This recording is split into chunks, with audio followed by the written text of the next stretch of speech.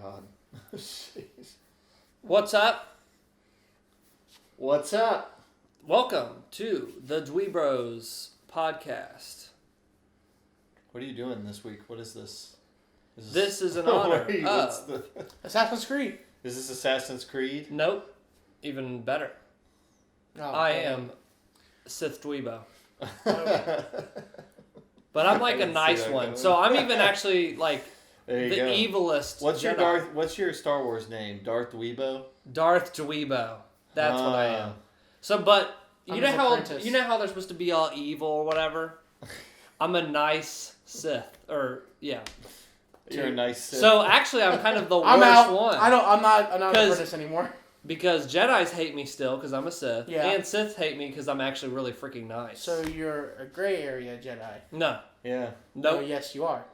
No. Not canon. You're not a gray I'm Jedi? still Sith. So you're not canon. So you're a happy Sith. Yeah. Okay. That's fine. Yeah, at this point, anything that Star Wars Welcome! is welcome. No, I'm just Dweebo now. So, we are the DweeBros once a month. Are we the bros? Are we collectively the bros? Are we your dweeb? Are we your bros? We're DweeBros. Together we're the DweeBros. DweeBros. If you know Mario the Justice DweeBros. League, we're like the Justice League. And you're like Batman. I'm like Batman, and I'm I Superman. guess. Yeah. And I'm Aquaman. Yeah. But I am I don't like being Dweebo. Aquaman. So We see, switch. I'm You select. can be the Flash. I not am fast. like the Batman. You could say Hopefully I'm we're not Batman. losing $80 million. Oh my gosh, yeah. Can we go with the Avengers? I But think we'll be we better get at that. together, we gather, like you did on Thanksgiving with your family. Hope you had a great Thanksgiving, by the way. You got together and talked about turkey. We gather and we talk about the video game news, the games we play. What are we thankful for this year? Guys, as much as... For video game wise. Thankful for 2016 as far as quality of games. Yeah. You said 2016. 2017. 2017. Your head's in the Nintendo clouds. has delivered, I think, very handsomely. I'm thankful for Nintendo-ish. I'm thankful for loot boxes. I think those really went over well this year. Yeah, you're right. A lot of money spent. Black Friday was amazing. The developers are thankful for loot boxes. Yeah. They saw... Their stocks are off the charts. Yeah, they're making a ton of money. Hiring Okay. employees. Well, Everybody's getting raises. well, yeah. Well, oh well. Well, I'm Travis, and this is Jake. Hi, guys. Good to see you guys So again. we're here to talk about some video games. So let's get straight into it. Are we getting into news first? Let's just go straight up. What was birthed this week? What was birthed video game wise? Out of a developer's womb? Butthole. yeah. Well, Well, that's it's one kind way of a to little do bit it. of both, honestly. Yeah. There was a lot more crap than I think there was good. So first up, I was the hipster Call of Duty fan. I liked Call of Duty 1 and 2 so very much. And the Modern Warfare 1 and 2, very cool single player campaign. You mean Black Ops 1 and 2? But I was so obsessed, like bad, like it was a problem. Like I was like not getting outside a lot. What was Yeah. this, like Because 2001, 2002? This was 03. This was 03 to 05 period. Oh, gosh, dude. I'm Call of Duty 1. Call of Duty 1 and 2. The Ooh, original. so good. amazing. And I have been I kind of skipped all 80 of the past games that they've made yearly. Wow. It wasn't really for me. Very But, hipster-esque. so when I heard that they were announcing Call of Duty World War II, a lot of people were kind of groaning, kind of like, oh, another World War II thing. They've been doing modern stuff for so long, Yeah. and not World War II. I was kind of like, a little bit interested, because I was like, we haven't seen World War II in this generation of consoles. Yeah, these and next-gen graphics. graphics. And So it is effects. that it did come out, but did any of us get it? You were playing it one day. played it. You I played played it but actually a lot. Do you own it? No, I Okay. chose not to buy it, and I'm glad I got to play it because I did Campaign, not want to buy it. multiplayer. All what of did you it. play? Did you play the whole campaign? I played it while I was at church. So what are your impressions of the So campaign? let me break down, at least understand what my standpoint is with Call of Duty. Yeah. I'm in the boat with Zach. I played it all the way up, and I played Infinite Warfare. So Okay. So you played all of them. I have stock in every single Call of Duty game there's been. Wow. And to be fair, I have not bought. I bought Infinite Warfare to play Modern Warfare, so I'm one of those guys. The majority of the population. The last online Call of Duty I played was Advanced Warfare. Okay. What was that, like 2 years ago? Just about 2 Yeah, or 3. I think it was 2. Yeah. I played Black Ops 3, but I used to give a lot of time to Call of Duty, and that's one of my like favorite franchises growing up because of the multiplayer. Yeah. Modern Warfare 1, Modern Warfare 2, both phenomenal single player and multiplayers. Yeah. Black Ops 1, Black Ops 2, both phenomenal when it comes to single player and multiplayer. When we got to the third editions of both those games, that's when you started to see the true colors of those developers come out, and they just got lazy. They knew they could make a game every year and people would buy it, and it really showed. The map designs got really lazy. I believe Call of Duty is now a 3-lane game where every single map has 3 designed lanes. You pick one and go. And it's sad because we'll talk about it a little bit later, and what we're talking about later on in the game we've been playing. But I think I've noticed that design happening a lot lately. Yeah. And it's kind of frustrating being who I am, loving the open world that Battlefield gives us. Yeah. With even though EA sucks. Yeah. The maps they give us on multiplayer are phenomenal. So World War II, I was hoping it was going to break that trend. Yeah. I hope we were going to get another Rust. I hope we were going to get some more Modern Warfare-esque maps, and no, we didn't. We got the same kind of like boring maps. And Did you play single player? I played single player and I played multiplayer. Okay.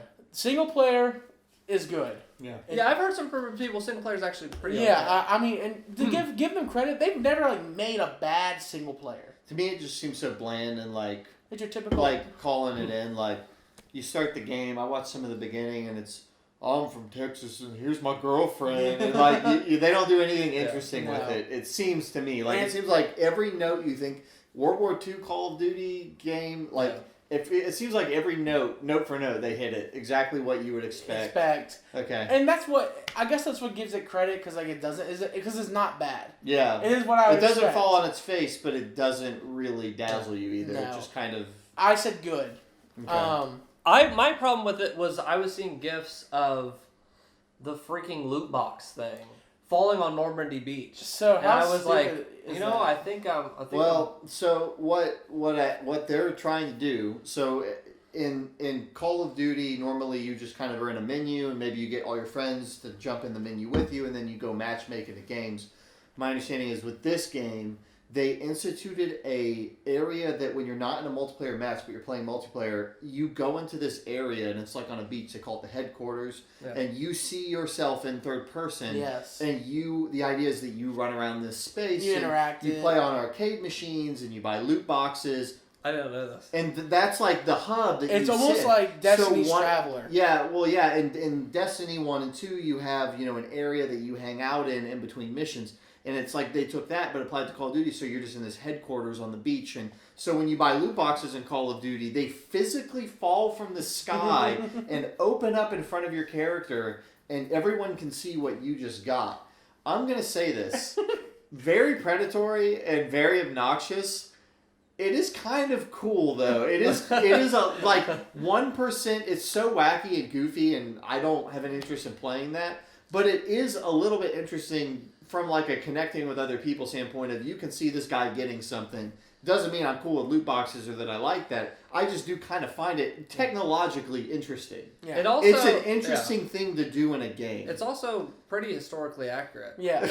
Because when they landed on the beaches, I mean, how do you think they got up them hills? Well, I talked to my grandfather, and he said that when he was on the beach of Normandy, as soon as the door dropped, he immediately realized that if he was going to get past these machine guns, he was going to need a rocket launcher. So he dropped $10 on loot chests right there in the boat. Wow. And then that gave him a little bit of an advantage. So when the door dropped, his buddies, they all were sacrificed, but he got a rocket launcher from his third loot box. You know what? And he got a really cool red hat. Wow. So he put on that red hat. Yeah, he put on the red hat. He's on Normandy. Yeah. And he blew up the machine guns. His KD was +3. So now that's... I know we're being facetious about this, but thinking about it, because I was watching another podcast, it made me think too. When I first was playing the Call of Duty World War II games on like PC and those original like PS2 era graphics. Yeah. Okay, I'm shooting Nazis. I'm shooting like this, or I'm the Nazis. I'm shooting the British, whatever. Yeah.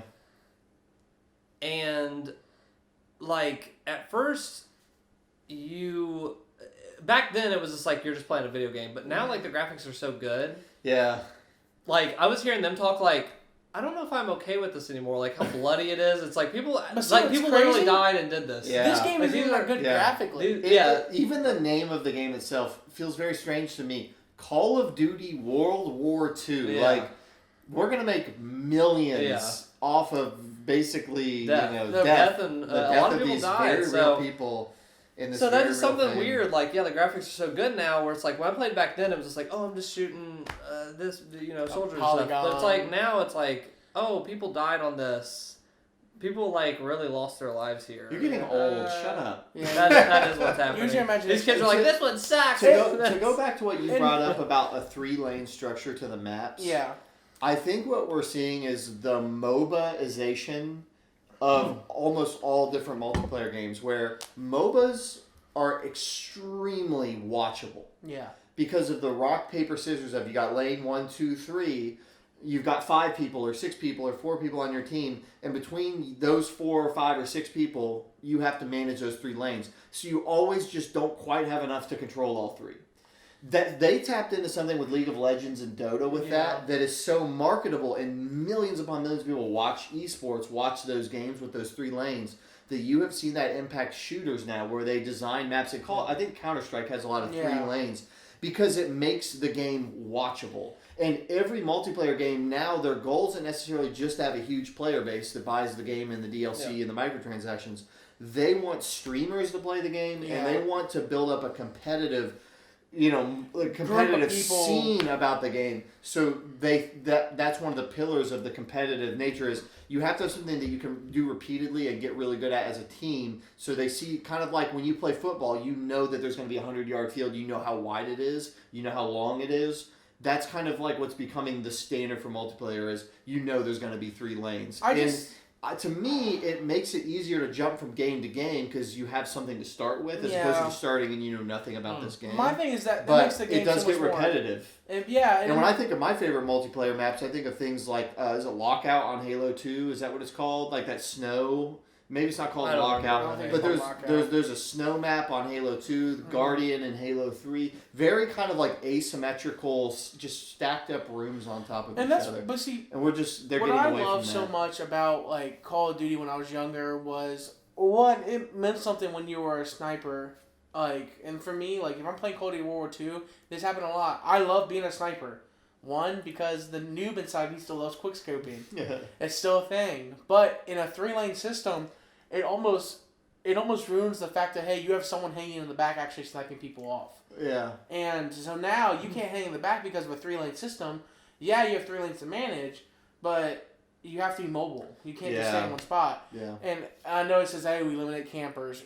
Yeah, whatever. I don't care. Yeah. It is what it is. So it boils down to everybody just gets the best machine gun that they can get with a red dot scope or whatever they can get, and they basically just run and gun. Mm-hmm. And I've proven playing with you this past month with these shooters how repetitive and how easy it can be to overcome these map styles. Yeah. So one of the funniest things I think you're all going to laugh at though is this new update's coming out for Call of Duty World War II.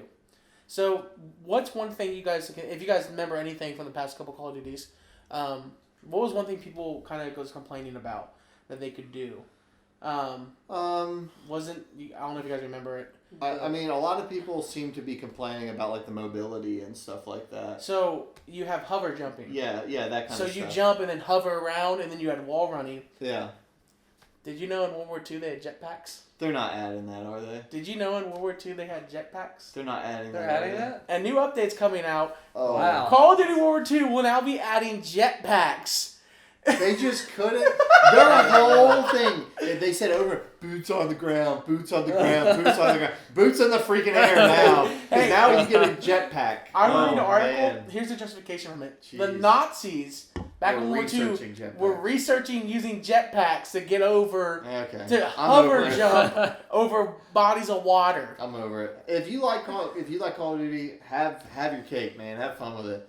That's how awesome. Hey, they cannot get away with what they built themselves on. Well, yeah, I mean, it's built into the vocabulary how you play the game now. It's just boring to not be able to jet around. I guess you can't jet around. Can't go back. After jetpacks, you can't go back. Yeah. So. Well, next on the list, Switch and VR ports. We got some cool VR games. Let's really quickly run them off, and I'm curious what you guys have. Doom VR? Doom VR, Skyrim VR. Is Fallout VR out, or is that just coming? No, it's not out. Fallout VR later, but so Doom and Skyrim VR. Yeah. LA Noire VR experience. FIFA? And then FIFA VR? No, FIFA so Switch. Then on Switch, you get FIFA, you got LA Noire, you get Skyrim, Wolfenstein 2 is coming. Yeah.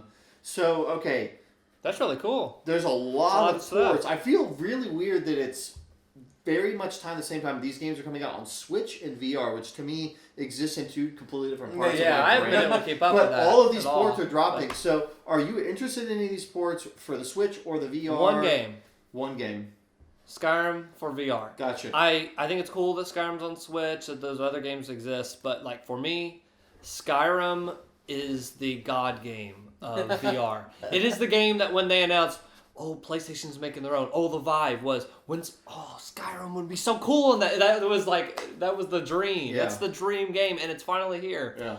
But I'm such a hypocrite. I did not buy it. I don't have it. You're Mr. Early Adopter. I really am.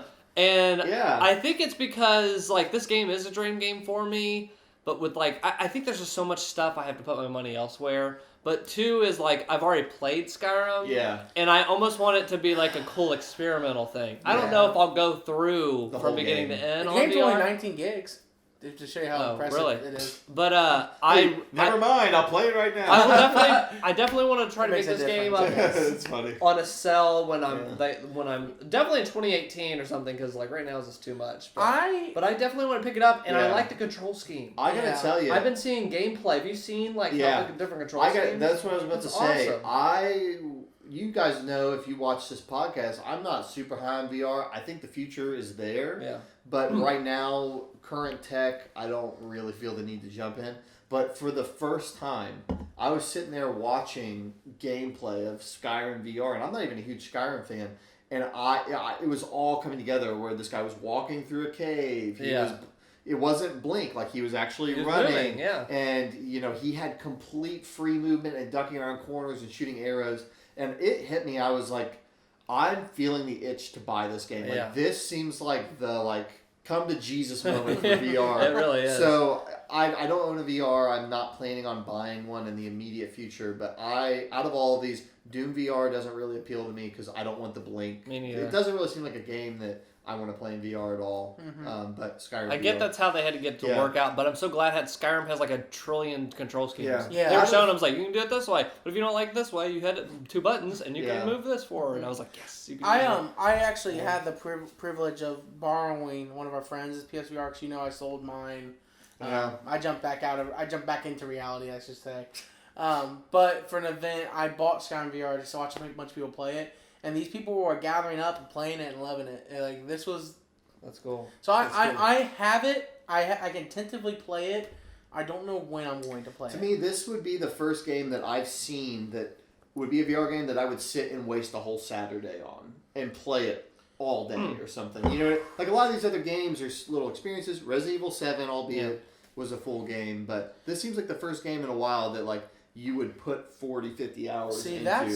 And so I'm just curious how that works with VR. I'm curious because to put that much time into a game like that, to sit and say, hey, I just put 6 hours in this game in one setting, that's a lot for VR. I don't see a lot of people saying they do that. Yeah. I mean, I'm just saying this would be the first one you really could. Out of the Switch ports, the only one that I think I would realistically buy is Rocket League, because I own that on my PC and I hardly ever play it because when I'm sitting on my PC, there's just a million other games I'd rather play.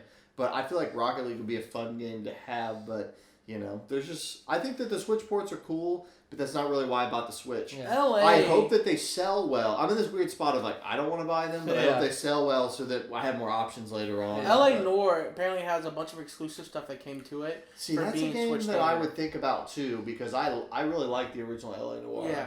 But But apparently they added stuff just for the Switch port. that's odd. Huh? So I'm Like little. just a little extras. I heard they might have added more, like an hour worth. You know what I heard that they did? Did you ever play LA Noir? No. Oh, I watched my friend play. We LA played for a Noir little bit. has a really crappy thing about it where they did the most amazing facial capture for that game, and the faces look like so real and They like really do very scare expressive, people. and they totally wasted that because the whole point was you can see their faces twist and turn to where like you see that, and then when people tell you things, you're a cop interrogating, you always have the option to say that you think that they're telling the truth, you can doubt, or you can accuse them of lying. So you have those three options. The problem is like you'll pick doubt, and your guy will like flip over the table like, you mother effer, I know that you're lying. And it was kind of like the Mass Effect 1 thing where like you would pick things and it would do You would know. totally What off you the not wall things. expect. Yeah. So they actually went back and gutted every piece of that to where now I don't know exactly what the system is,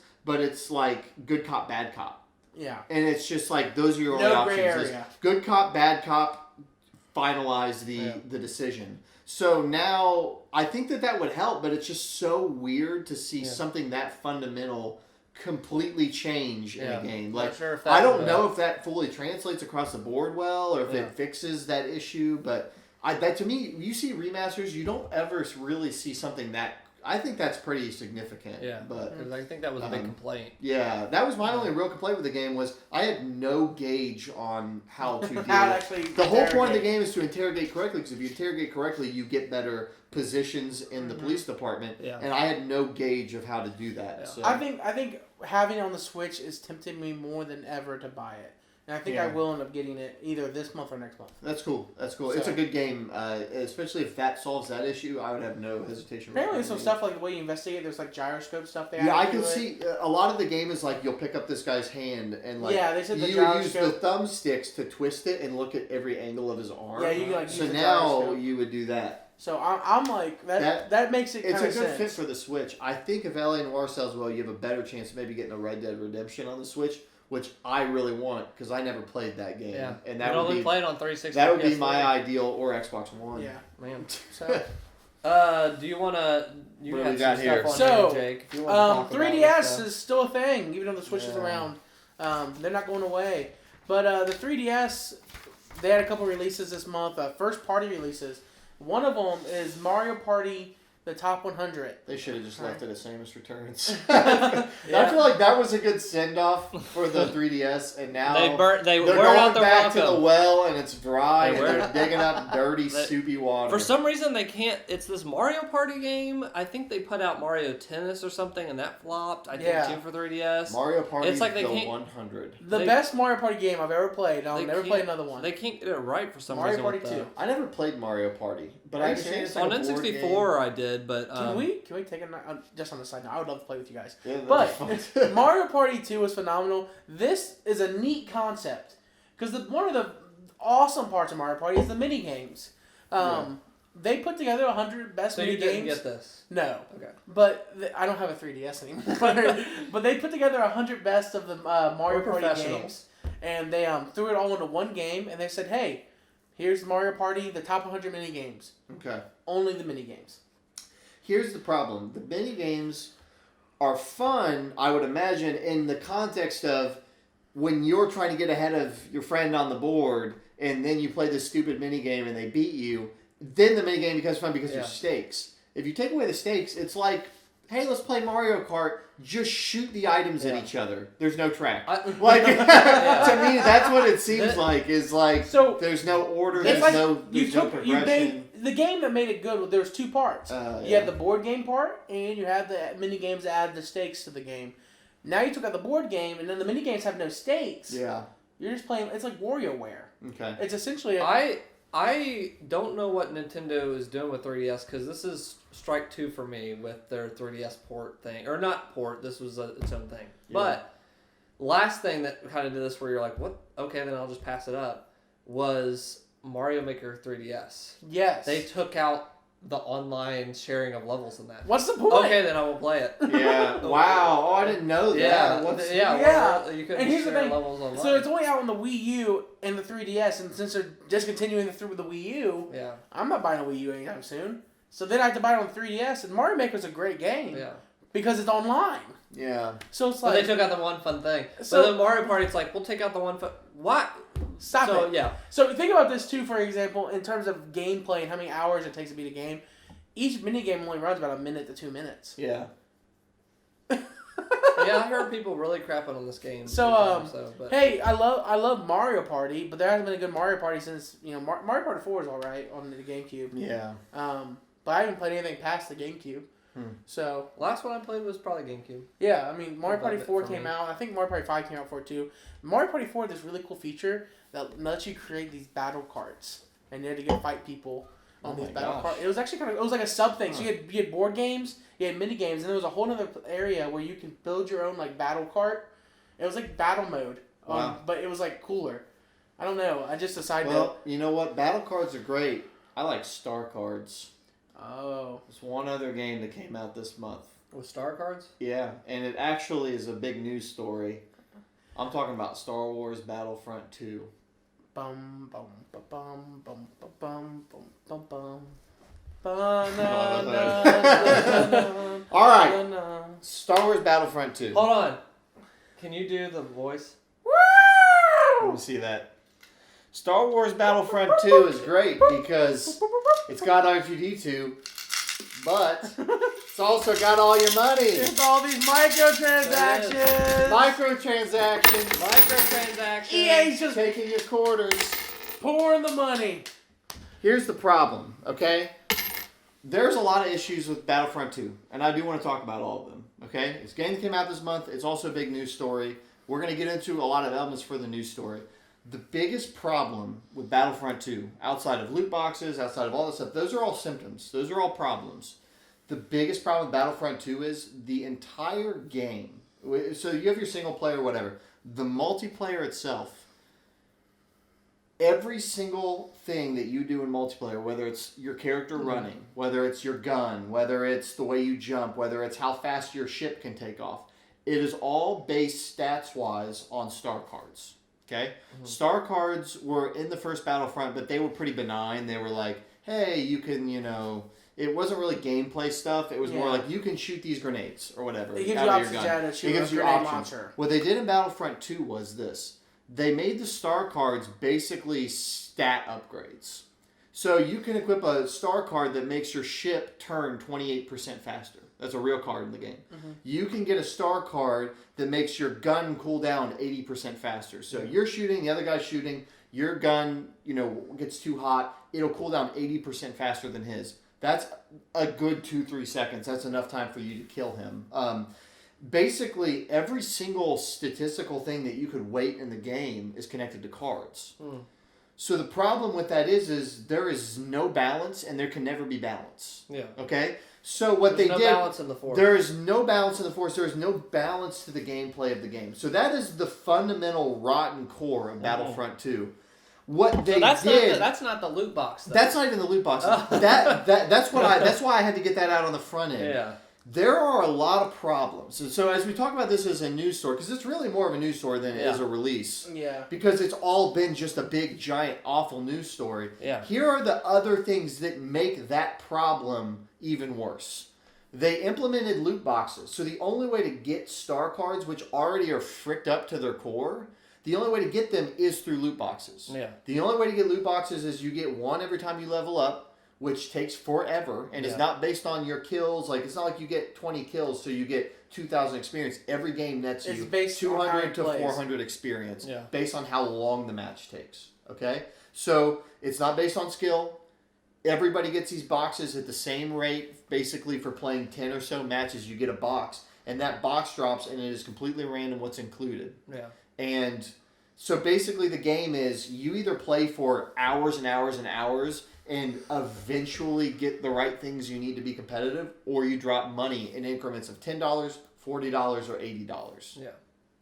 to get boxes. Very bad. So that's the problem, is the loot boxes. Then you get into the heroes, right? And that so I have it down on here just so I didn't get it wrong. It was 40 hours. Yeah. So basically what happens is all the other Battlefront games, you just had heroes. Or even if you have an unlocked system, like it's nothing crazy. It takes 40 hours, if you don't spend any money on boxes, it takes 40 hours of gameplay to save up enough to buy one hero. Yeah. Okay? The game, when you beat the campaign, this is what's messed up. When you beat the campaign, they give you basically credits or basically like money, their currency, to where you can buy the hero that is the hero you play as in the game.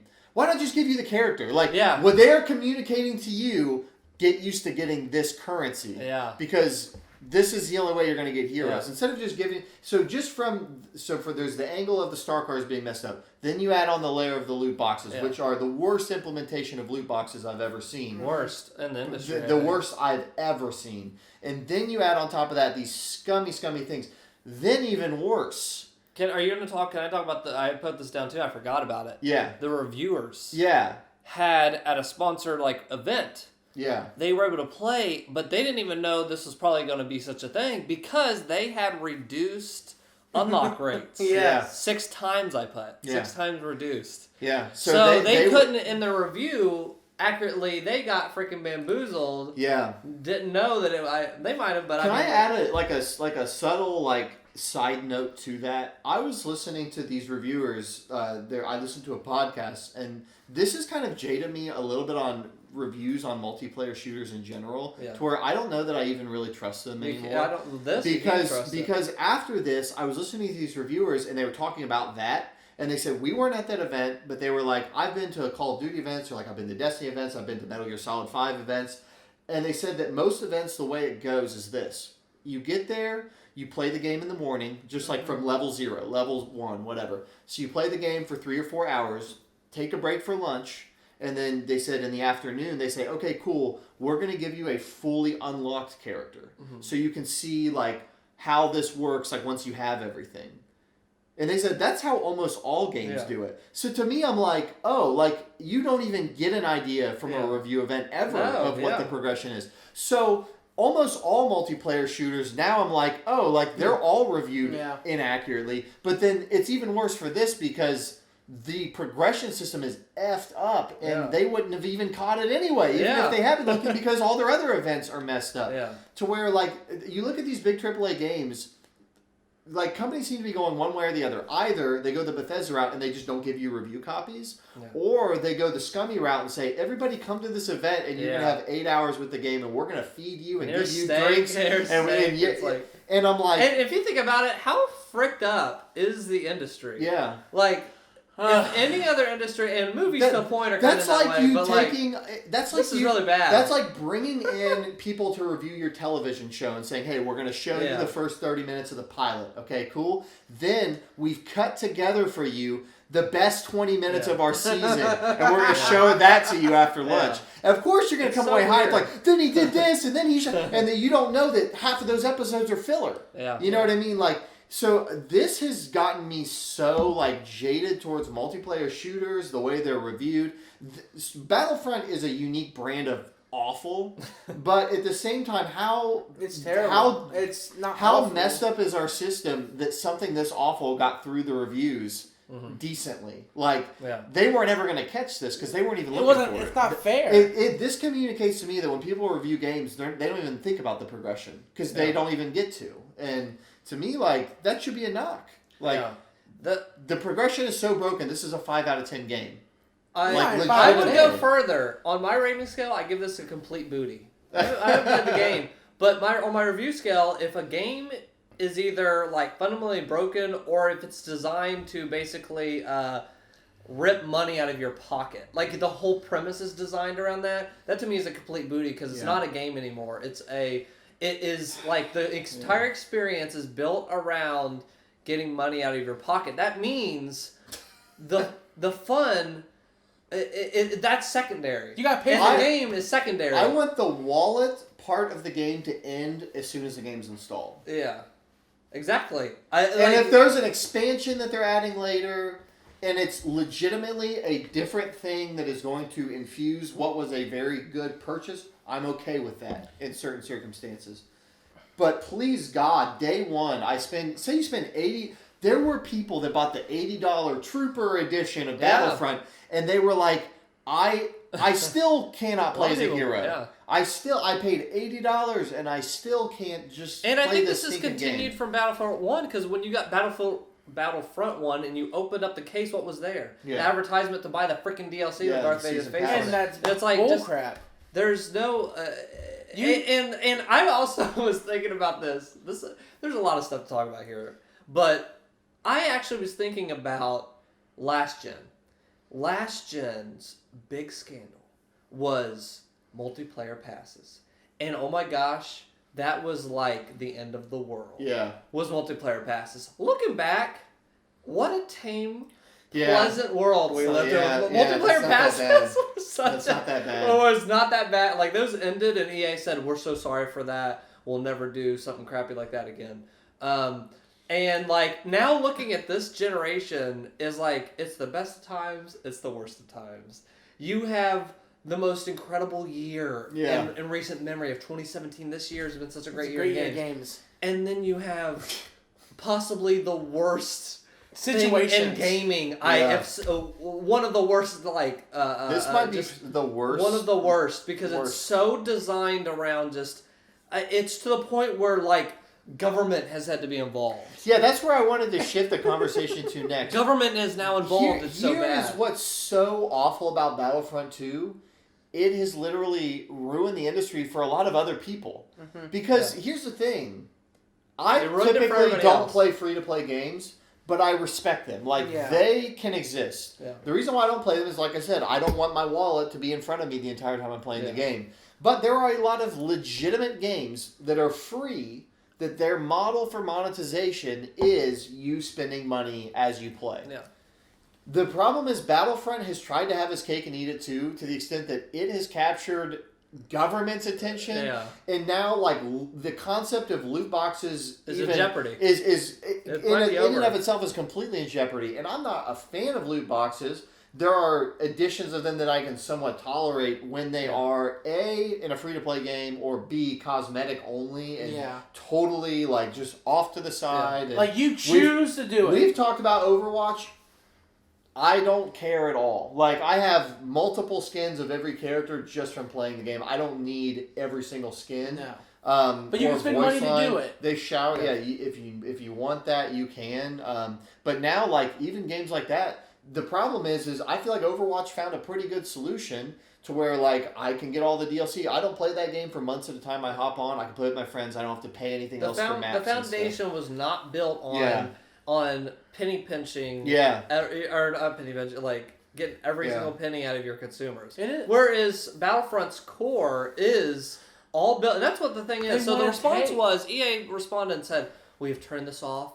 This is turned off, but until we fix it, and then it's going to come back later." Their statement was a non-statement. If I could erase one thing from the vocabulary of developers, it would be the "we hear you." Yeah. Whenever someone starts telling you "we hear you," they don't hear you. Yeah. They are hearing themselves trying to figure out what they can do to screw you next. Like, don't say "we hear you" and then have the same thing come. They are going to put them back in. And no matter what they do, as I said when we first opened the conversation, the game to its core is messed up. Yeah. Even if they didn't bring back microtransactions, it's not a game worth buying because it's broken to its progression and its core, because me and Jake could get on and we could not know each other and be fighting, and he could have a ship that's 80% faster than me. Yeah. And he'd be screwed.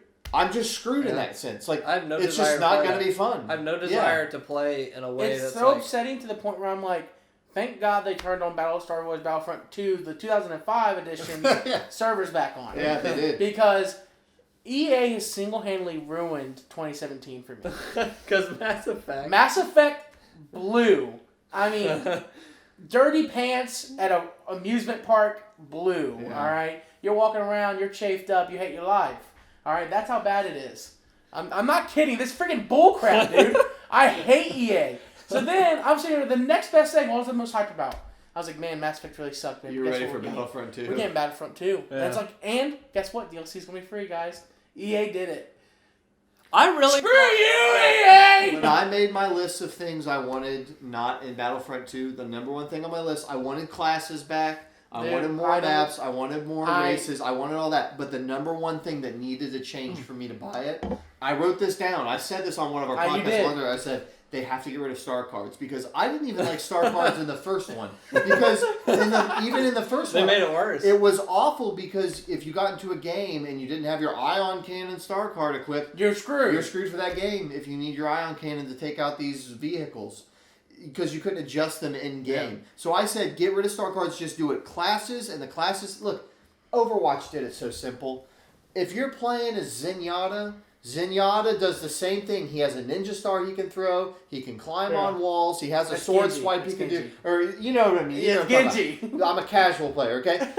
You know each one of those characters has 3 to 4 abilities in their own mobility, their own health pool. Nobody's equipping a star card to give them 8% more health. You just know. And what that does is it creates recognizable, repeatable gameplay that you can get good at and recognize. It makes it to where I can look out on the battlefield and see a Mercy and know I can go take her out because she only has 150 health and she doesn't have a good way to attack me. Whereas in Battlefront, you just see a sea of droids and a sea of troopers and you don't know who the heck has what and you don't know what power-up they have. And it's stupid, and it's a mess, and it's not worth your time. It's not worth your time. I just adamantly believe this is the worst thing that happened to gaming.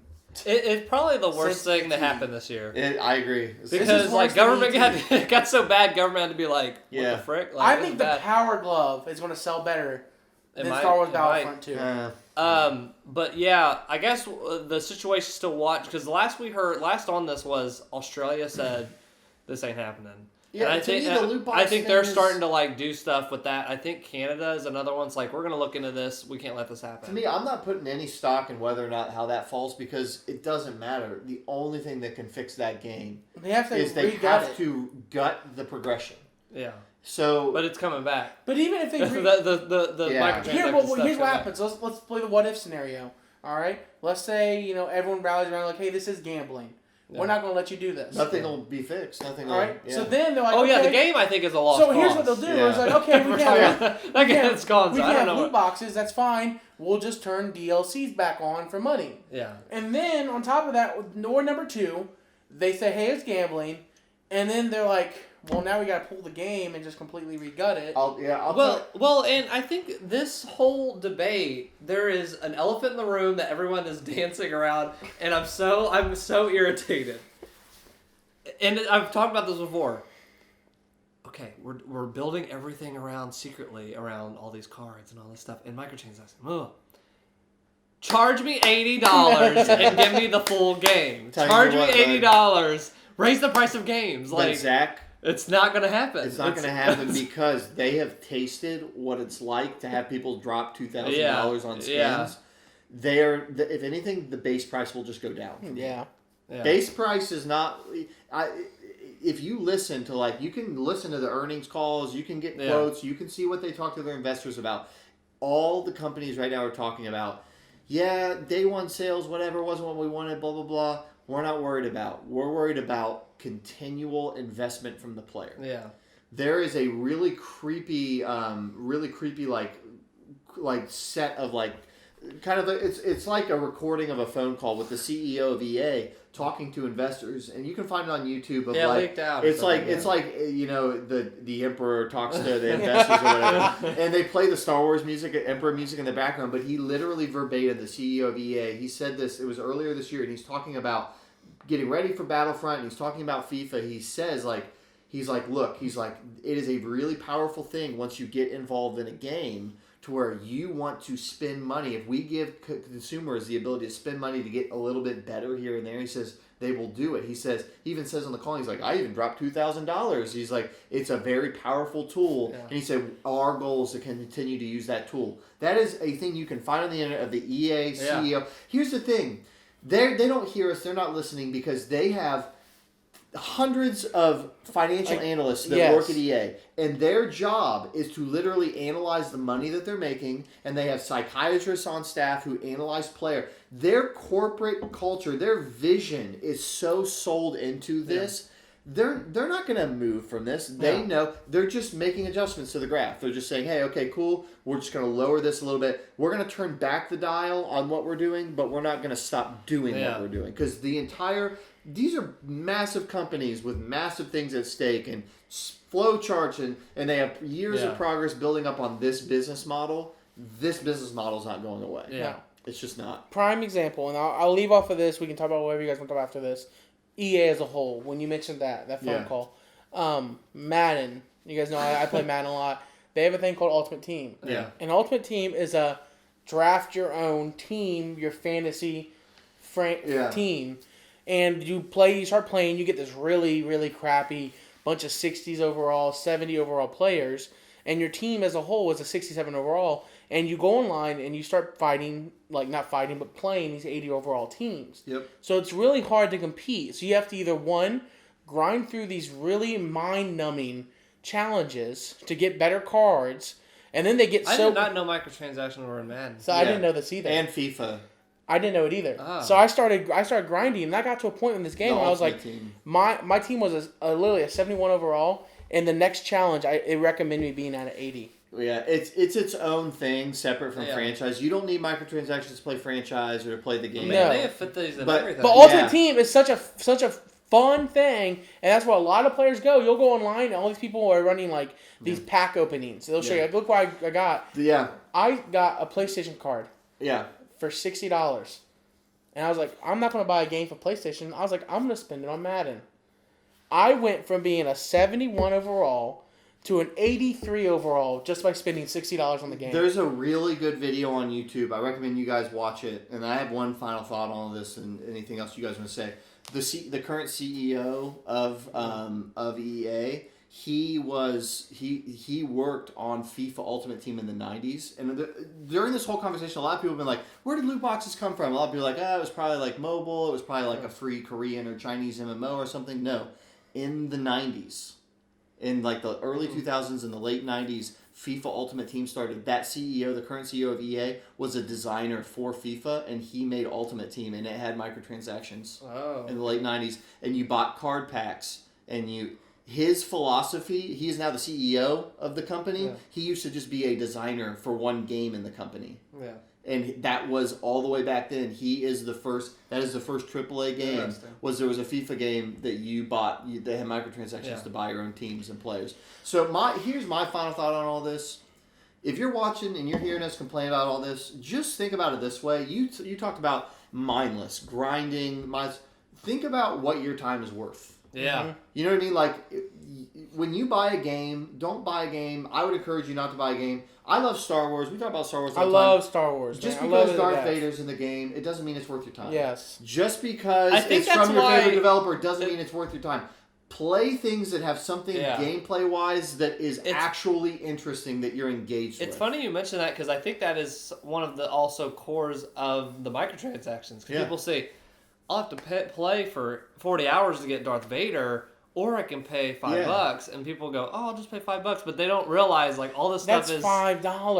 All the people, it's that's not right. Yeah, but if it's a game that you wouldn't be willing to put that time into, maybe it's just not that good of a game. Yeah, and that's why nobody that's has my to argument. pay. I don't. That's why I give it a complete booty because it's not built around gameplay. It's built around money. Wearing you down mentally to I'll just pay it. Yeah. Take it, EA. It's not a game. Hey, I'm not dropping my pants out of joy. I'm dropping my pants because I need them to just take it. At that point, it crosses the line for me to where it's not really a game for gamers. It's a software designed to grind you down to where you put money into it. And it's exactly. And that's why I forever will tell you this right now. NFL 2K5 is better than Madden. And I hate you, EA. I forever hate you. Battlefront 2 2005. Just go back. There are alternatives. Go back. 2005 was a great year. So I want to jump on something. Can we be happy? How about, we'll do one happy thing, another bad thing, and then we can I just want to smile. Okay. Are you ready to smile? Yes. let me see your zoom in on his mouth, please, cameraman. You played Pokemon Go. Well, now Niantic has announced Harry Potter, Wizards Unite. What exactly are you gonna do in that? You put your phone between your pants and ride around on the phone. Because there's no like capturing creatures. Yeah, I'm not sure what this will be, Not but really. they announced not many details yet. But it is Harry Potter's. Levitavius. They should have called it Harry Potter Go. Yeah, why didn't they do that? I'm not sure. I don't know who's running these. Oh, my microtransactions are EA's following not out. done yet. Oh my Oh, gosh, that's they're it. just getting me. I'm using the spell. I need to set it down. All right, my money's So I protected. hope they don't have that in this game. But my fiance is really into Harry Potter. Yeah. That's like her big thing. And I told her about this, and she was very excited. We played Pokemon Go. She was out. She got into it, but this she's like, oh yeah. My girlfriend Play it. loves Harry Potter. They had it on ABC Family the other night. She got sucked in. So those two will be out playing Yeah. Harry Potter. I That'll was be never popular like a with the huge ladies. Harry Potter fan. Yeah. I mean, I watched the first 3 They're movies. good. I read like the books. originals. Like the original, not the original. I like the first few movies. I believe that Niantic did movie's such a pretty good good. thing with Pokemon, such a good thing with Pokemon Go that I'd give this a try just because what they did Yeah, with let's Pokemon try it Go. out. All right, I'm done with this positive stuff.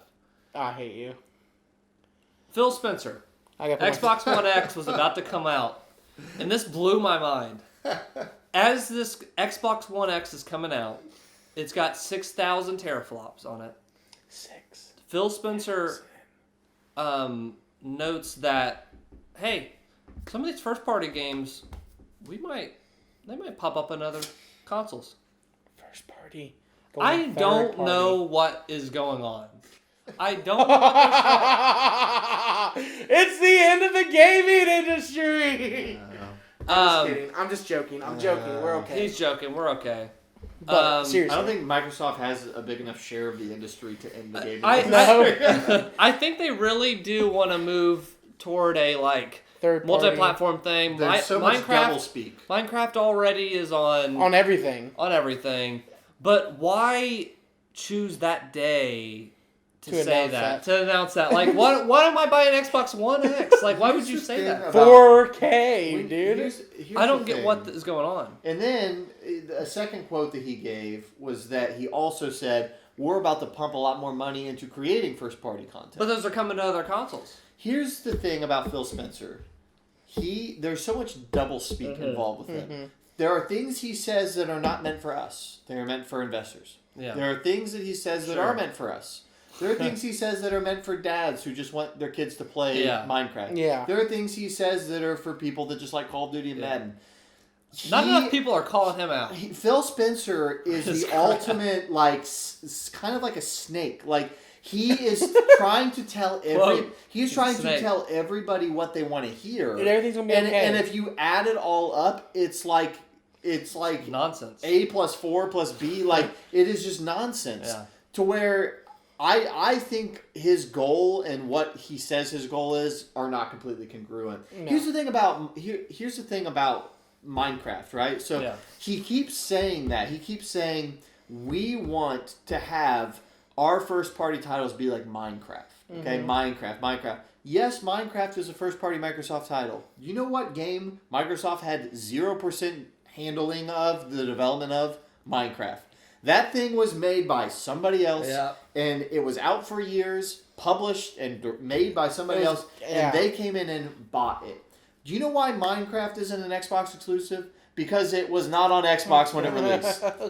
And here's the thing. Investors know that Minecraft is really popular, and it's popular on all systems. So that has become part of the way they talk about things is, we would like to have cross-play with other people. Yeah. But to Phil Spencer, he muddies the waters, and he'll talk about Minecraft being on multiple platforms, but then he'll talk about Rocket League where Xbox players can play with PS4 players. But he'll talk about that like it's the same thing, but it's not. Yeah. It's two different things. One's a third-party game with cross-play. One's a first-party game that used to be a third-party game. So here's the thing. He is just trying to spin all of these things together to speak to whatever base he's having to do at whatever time. I don't think it means anything. It is a really dumb thing to say, though, on the eve of your Yeah, choose mega any different hardware day. platform coming out.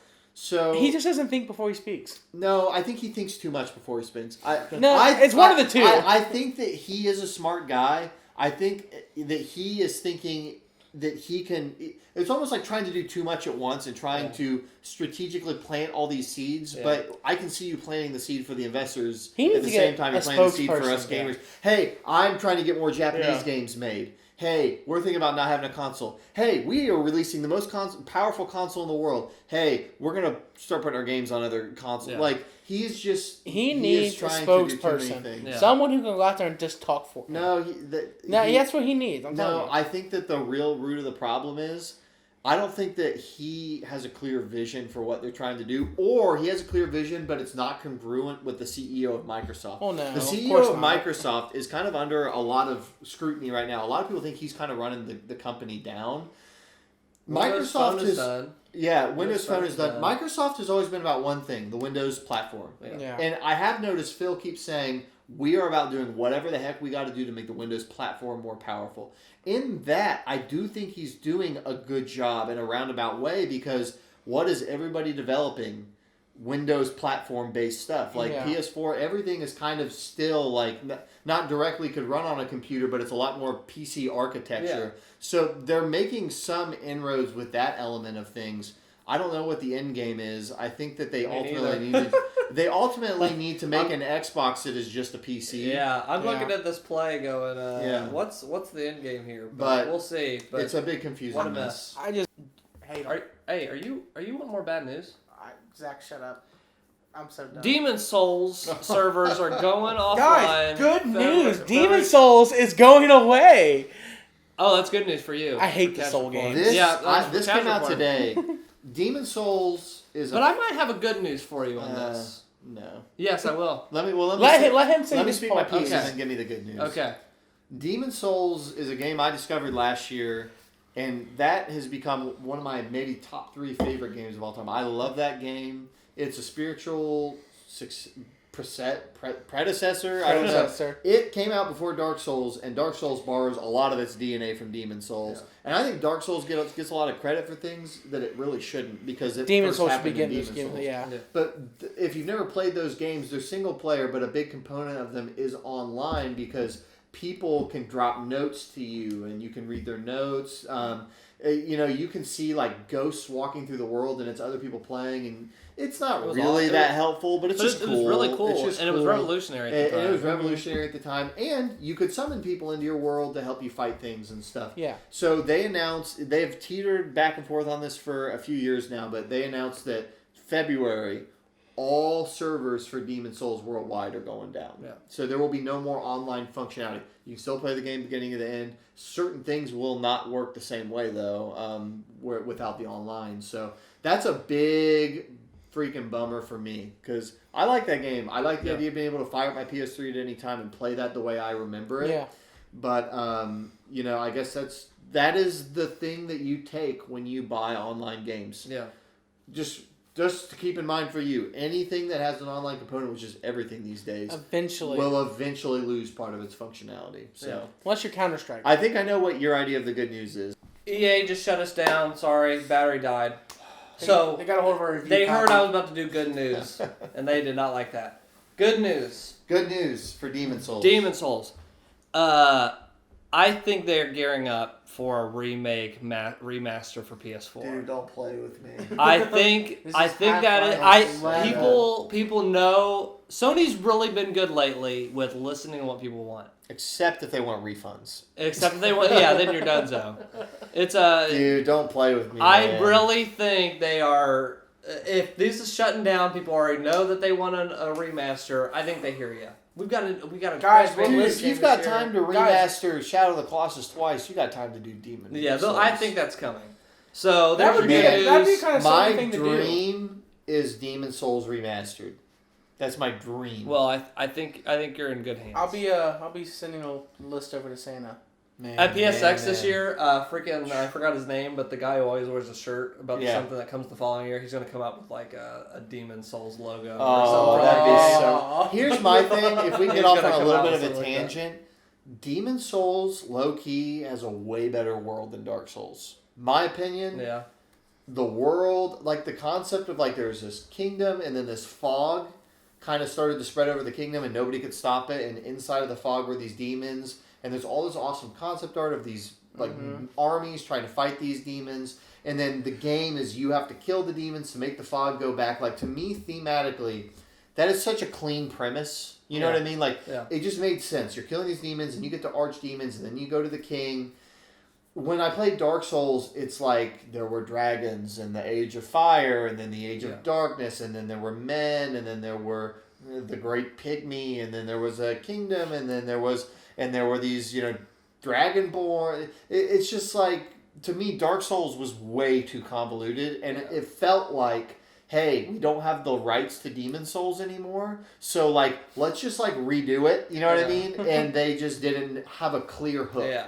They didn't know what they wanted to do. They wanted to do dragons, and they wanted to do light, and they wanted to do fire, and they wanted to do darkness, and they never really got that simple like feel of a world that they got with Demon Souls. I think I am of the opinion that Demon Souls is one of the most tragically underused IP, because I feel like I wanted to do more in Boletaria. I wanted to learn more about that world. I wanted to have more games in that series. So a remaster in and of itself would be awesome. I think that's coming. Well, mark my words. Okay. Oh, so enough of the good news, bad news. Now we're on to what a month. The fun news. Games that we played. Yeah. I get to smile a little bit now. Man, oh man. Okay. Can we talk about a game me and him have been playing? Yeah. Okay, so Jacob and I have been playing. We did it. Shake my hand. What have we been playing? Destiny 2. We've the been deal playing was made. Destiny 2. Blood Pack. Pop-Tart Pack. Pop-Tart pack. Popping the Pop-Tarts. Need that XP! So, if you guys remember, a couple months back, I played the beta. I liked it. I thought it was cool. As the game got closer and it launched on PlayStation, it seemed like reception was pretty good. So thumbs up. We both decided to take the plunge and dive into Destiny. Where do you even start with the game? Well, there's a lot that's been said about Destiny 2. Okay, at this point, pretty much you've probably heard it all. If you're interested in Destiny remotely, game came out. The campaign was fine. It was serviceable. You know that a lot of effing people bought the game. Yes. A lot of people bought Destiny 2. You know that it's basically more of the same, but certain refinements and stuff. I think for me, Destiny 2, there is a version of that game that is one of my favorite games like I've ever played. Mm-hmm. But there are a lot of things about it that I don't think they perfectly drive it home. And I would agree. So to me, I have a lot of fun with it. And it has become my new, mindless game. It used to be Overwatch. I would every now and then hop on Overwatch, play some matches. Now, Destiny has kind of taken that over. But the cool thing about Destiny is there are elements of it that are mindless, but there are also elements of it that are really challenging and fun. Yes. And so I want to get your thoughts, but we have talked about this for a long time, and I'm finally going to push back because I now feel the need to push back. You have always said... me? Yes. You have... Wow. Okay. But you have always said, and I've always agreed, just play Halo 3. I am now of the opinion that Destiny does things that you just don't have in Halo 3. And I think I can at least make you understand. Okay? I want you to listen. Here is what I think makes the Destiny formula valuable in and of itself. Okay? Okay. In Halo, when you play Halo... there is energy shields on you and on your enemies, okay? And then you also have health underneath those energy shields, okay? So when you play 4-player co-op in Halo, you're jumping around and you're shooting bad guys or whatever. There's some flood or there's some covenant, and you're basically the goal of the game is just to wipe these guys out and move on to the next part of the level, okay? Yeah. Destiny 2, and Destiny 1 had this also, but I've really been experiencing it with Destiny 2. Destiny 2 doesn't just have energy. It has 3 types of energy. It has arc, which is like a frost, like a lightning, kind of blue. Yeah. It has void, which is like darkness, and it has solar, which is like red, and it's like sun. So there is a really great rock, paper, scissors that lays underneath everything you do in Destiny, where your enemies will have shields that are related to those 3 energy types. your guns, every gun you have that isn't just like your primary gun, so your energy weapons, your power weapons, they all have one of those three, right? Subclass. Now, well, not just that. So you have a subclass, which is like your power-ups. You have an energy weapon, and you have a power weapon, which is like a sniper rifle. Energy weapons like another assault rifle. So you have at your disposal the ability to have 3 types of energy, and the enemies that you fight at any given time will have different types of energy. Then you add on top of that, when you're playing with others, the reason I think the game is capped at 3 people is because there's 3 subclasses, there's 3 energy types, and each of those people have 3 slots that they can equip different types of energy. So what you get when you play Destiny co-op, and we've been experiencing this with the higher level missions and raids and strikes and stuff, is you sit here and you say, okay, cool. We are going into this mission, okay? Yep. We know that they have arc shields at this part, okay? We know that they have solar shields at this part. We know they have void shields at this part. We know at this part you have 2 trolls and they have different types of shields. So we talk as a team and we say, okay, who takes front lead? I need to have an energy weapon, but it needs to be an energy weapon that is a submachine gun. I can't have a pistol because I need to spray all of these different guys with solar at this part. And then he says, okay, cool, with my subclass, I'll have my arc type, but that is a power-up where I go in with a staff and I hit a bunch of people. And so what it is there's all these different systems that basically play with one another. But here's the thing. When you play the campaign of Destiny 1, Destiny 2, of those games, you don't really engage with any of that because it's so stinking easy and dumb. Like, the campaign for Destiny 2, it has a story at least, whereas Destiny 1 didn't. But the game is so easy. Like, dude, I think I died twice the whole time we played. And it was kind of pretty short, at we least. kept talking about it, too. As we were playing this game. We were like, man, the visuals are here. The sound design is here. The guns sound great. Everything feels good. But we just wreck everything. And it's insane how easy it was. But what happens is once you beat Destiny, you reach max level when you beat the game. We reached max level in like 5 hours, like level 20. Once you reach level 20, once you beat the game, the actual game starts. And that is when you start to get into these like nightfall strikes, which are basically strikes, which are like 20, 30-minute dungeons, but they have like timers or they have different modifiers. So every week they put up a new dungeon that has a different modifier. So like this past week, the modifier was, hey, every time, what was it? There's these anomalies hidden all over the level. Blue, so when you lights. start the mission, you've got 12 minutes. If you want to add time, you got to kill these things that are hidden. But then also on top of that, there's another modifier that makes it to where, like, if you get gun kills with the right energy type, you add time back or whatever. And every week they change what these are. So there's a constant challenge in that, like, you and your friends want to get together. You want to beat these special events and these special strikes, and you have to strategize. And that is what I've been loving about Destiny. Is there is all of these different meta games and customization and stuff that you're trying to balance as a team to be effective in these different scenarios. And when I think back on Halo 3, I love that game. This doesn't make that a bad game, but I'm almost like, man, like it's not as strategic. And so that is where I think that there's a real value to what Destiny is doing. Now, are they way full of themselves and up their own butt about their terminology and stuff? Absolutely. I think that they are 100% smelling their own farts on a lot of stuff. Do I think that their execution is good on everything? No, not at all. I think that the game is too easy during the campaign. We talked to our buddy Zach, our other buddy Zach, when we play. You guys probably saw him on a stream a couple times. I really thought the story was pretty phoned in. It's real basic. Like, bad guy takes something from you. You get these 3 people back together. You go kill the bad guy. Like, it is a very basic by the number story that's not even worth a dime. You know what I mean?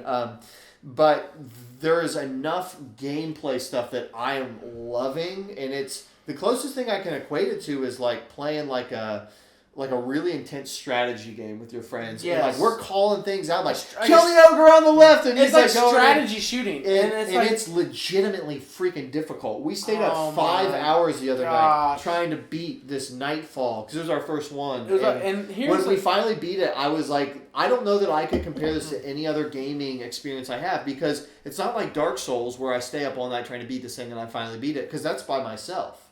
Like, it's co-op. And there's these systems at play. And you need the other people.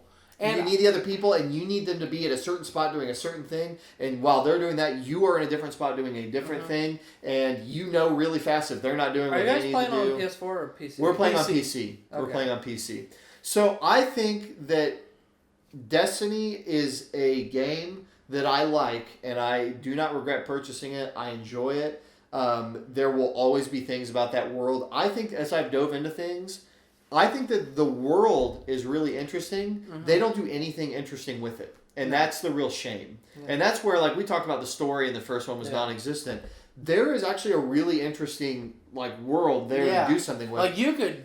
I don't know why they don't... And I think that's of the many problems... Like, you've heard me complain about this game... Yeah. Time and time again. But I think your complaints are valid my complaints are some of my things that I love about games the most. Yeah.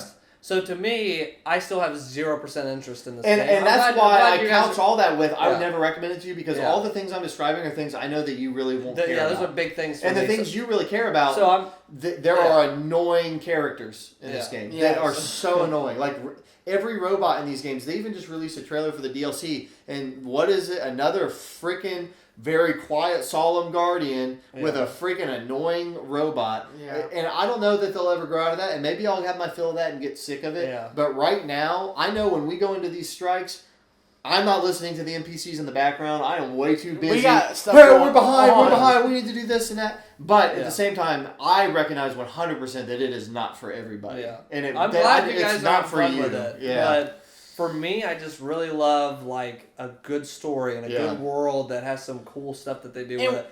And I've heard people say they did like the story is better than the first one. Oh yeah. But that I feel like is also I'm hearing doesn't say much to it. I'm hearing more competent, but it's again the word serviceable is. It actually has a structure. That's the only thing you can really say about it. They sat there and said, "Hey, we're gonna give you a story." They did a 5-paragraph essay. Yeah. They did the bare minimum to pass. There is one thing that really bothers me about the story, and so this is just something I would say about any game that does this is. At the beginning of the game, you lose your light, which is what gives you all your powers. Yes. Yeah.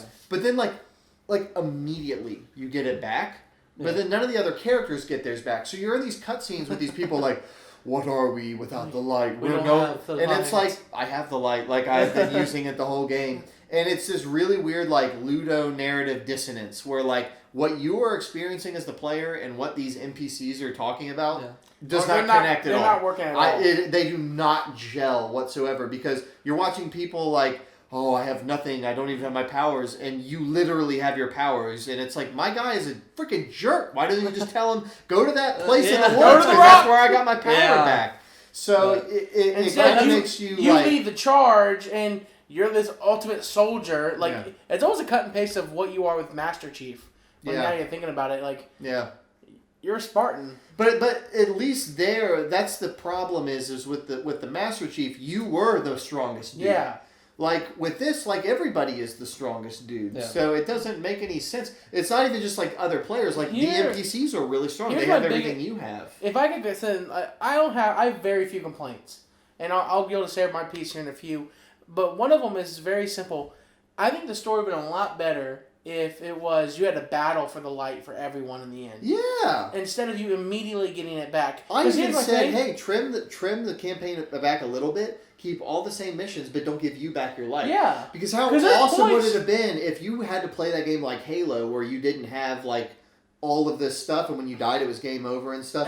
And what if you got to the end and you got your light back, and then you killed the bad guy with the light? Even if it ended up being easy, it would have felt awesome. Yeah, and here's the crazy part about it. Is they felt like they had to introduce these subclasses to you quickly because of the online functionality of the game, saying that you need subclasses. Yeah. So I understand that part. You can make missions at the end of the game where they teach you about each subclass, like they did in the very beginning. And another cool part about this, which was it's not cool, it's stupid.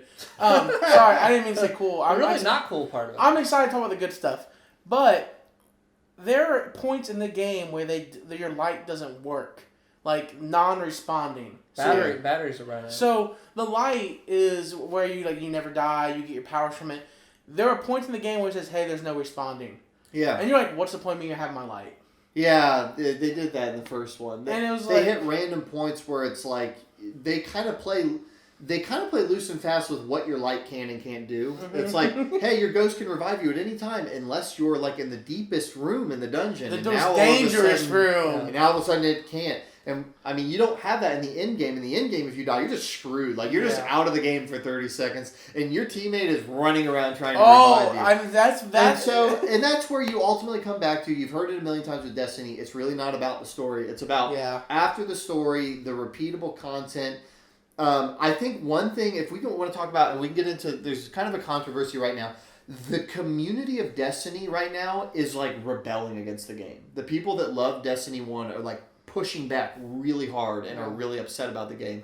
And this is what they did. Are you in the Resistance? No, I'm not, because... so you're part of the... I'm kind of in the middle because I see their point, but here's the thing about Destiny 1, right? Like, I played Destiny 1 earlier this year for like 30 hours, and I beat the game, and I beat all the expansions, I played a bunch of PvP, 30, 40 hours, and in just a couple of weeks. What did I never get? I never got an exotic weapon. I have like 19 exotic weapons and pieces of armor in my vault right now in 40 hours in the same amount of time. I just got an exotic engram an hour ago. What they did with Destiny 2 was they brought all of that gear that you had to play forever to get, and they brought it forward to where you get it like much quicker and you get stuff. The other thing that they did was in Destiny 1, I don't know if you ever experienced this, in Destiny 1, basically you play the game, and as you complete missions, you will get engrams that drop weapons, basically, like a blue engram, a red engram, or a green engram, a purple, or a yellow, and those are like exotic, legendary, and they drop weapons. Well, in the original Destiny, weapons would drop with unique perks, so every weapon could have a couple perks, so it's like, hey, this weapon... has better accuracy, kind of like the thing we were talking about earlier. Like, but you didn't pay money for it; it just happened to have that perk. Yeah. Well, what they did with Destiny 2 was what happened in Destiny 1 was you would play for hours and hours. You'd play the raid over and over again, trying to get this gun, and you would finally get this gun after playing the same raid for 20 hours. And you get the gun, and you look at it, and it would have the wrong perks.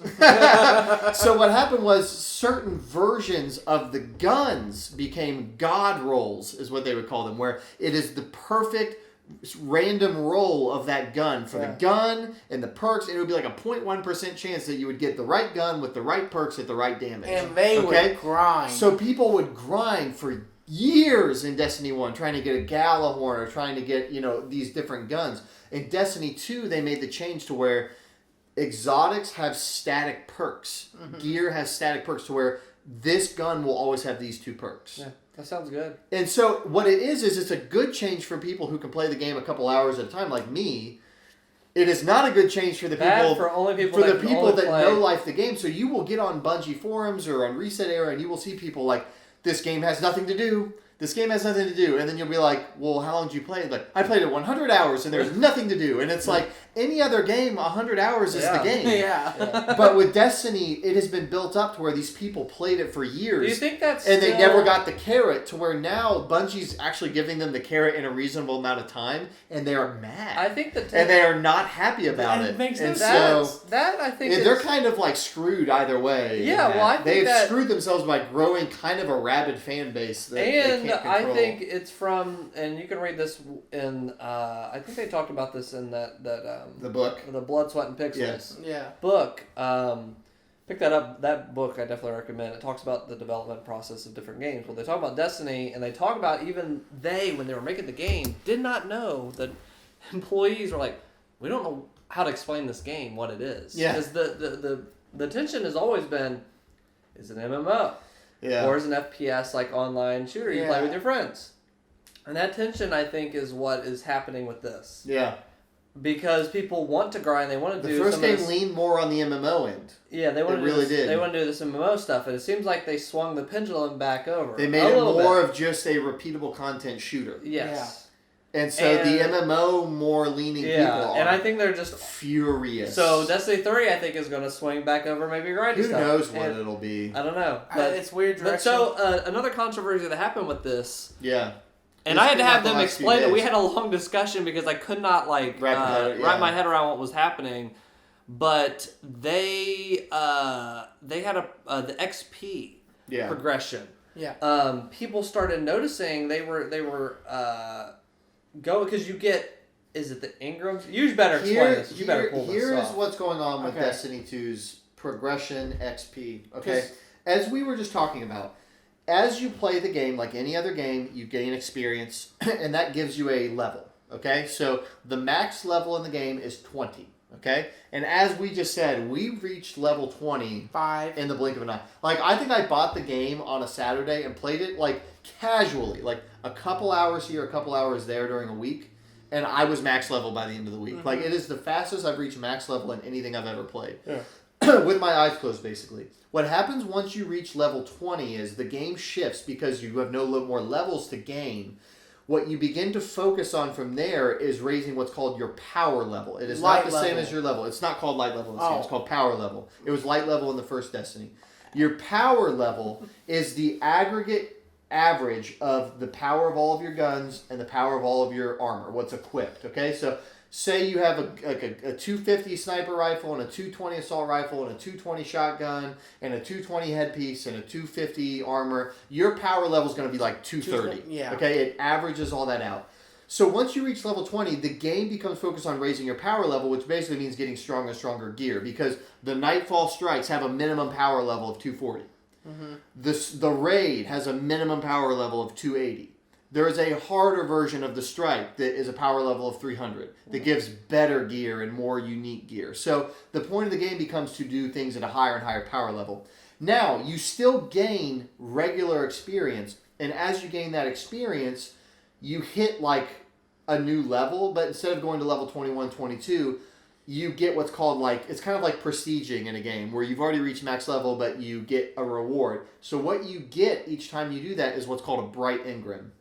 Bright engrams are different. They're not even, you go to a different vendor for those. So as you get like red or blue engrams or green engrams or purple or yellows, you go to this cryptarch who diffuses those and gives you a gun, basically, okay?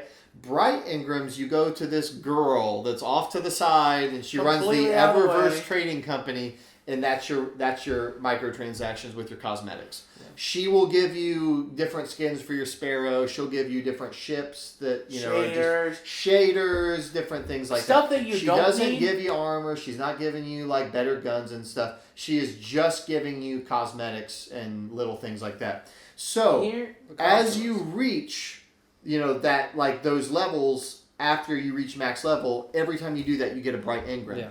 What is happening, and it is not right, is once you reach level 20, they make it longer to reach the end of those to get a bright engram. I'm fine with that. Like, that really doesn't bother me because whatever. However you need to balance it for your economy, that's fine.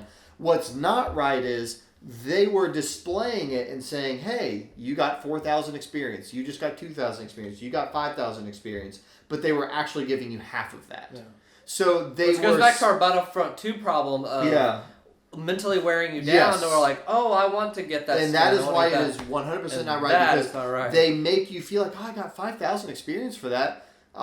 Here's the thing though, in effect, I don't even pay attention. I don't give a crap. I honestly, the good thing is they don't even put it in your face. It is buried in a menu somewhere how close you are to your next bright engram. And I never look at it because I just get a notification. I got a bright engram. In the time I've played the game, I've probably gotten a dozen bright engrams, and I've got pretty much all the emotes I care to have. I look cool. I've got shaders out the butt. My character looks cool. But I do have a problem with them mislabeling things. Yeah. That is not right. That sucks. So I do think it's a controversy, but it's one of those things where it's why did you do that to yourself? Yeah, why you played yourself. Like, hey, if you're gonna make it longer, whatever, just put the right numbers on the screen. We're gonna play your game. I honestly think it might have been like, I think they did sneaky what Battlefront did with their pants off and they ripped their clothes off. It's the same heart of the matter. Yeah. It's the same heart of the matter. They were more subtle about it. It's wrong. So I'm glad that they're getting flack for it. Yeah. I guess a lot of people are upset because the solution that they decided on was, okay, we'll put the right numbers in, but we'll just make it twice as long to get stuff instead. That's fine. So a lot of people are now like, man, it takes forever to get to level 20. I'm like, actually, you just kind of fixed my original problem of it was too easy to get to level 20. So, so in a way, kind of like buzz off. Yes, in a way, their way of fixing it was they kept the progression to get to bright engrams the same, which they kind of had to do for financial analysts and projecting. We project we will make this much based on the player progression system. whatever you got to do to keep that the same, fine. So what they actually did was they made it longer to level your character up. Yeah. I don't really care though, because honestly, I blew through. One of their big things that they added in this game was adventures, which is basically They saw you side going quests. so fast, it's your fault. Well, they added side quests, but I reached guys level leveled up too 20 quick. so fast. Dude. I have my map is littered with side quests, and I'm like, I ain't doing those. I don't need to They're do it. recommended 100 power level. And you get rare gear. They give me rare gear, so which perhaps does this nothing needed, for me. This needed so. to happen to rebalance that. Yeah. To a point. Almost a little bit. It may at least gives you the idea helps. of going to do adventures. Gotcha. Yeah, it makes it when you make a new character, because like I have a hunter. I probably want to make a warlock at some point or a titan maybe later on next Long year. live Titan. I would eventually like to make some of the other class. It'll make it to where I'll be more inclined to do more of the side quests. Gotcha.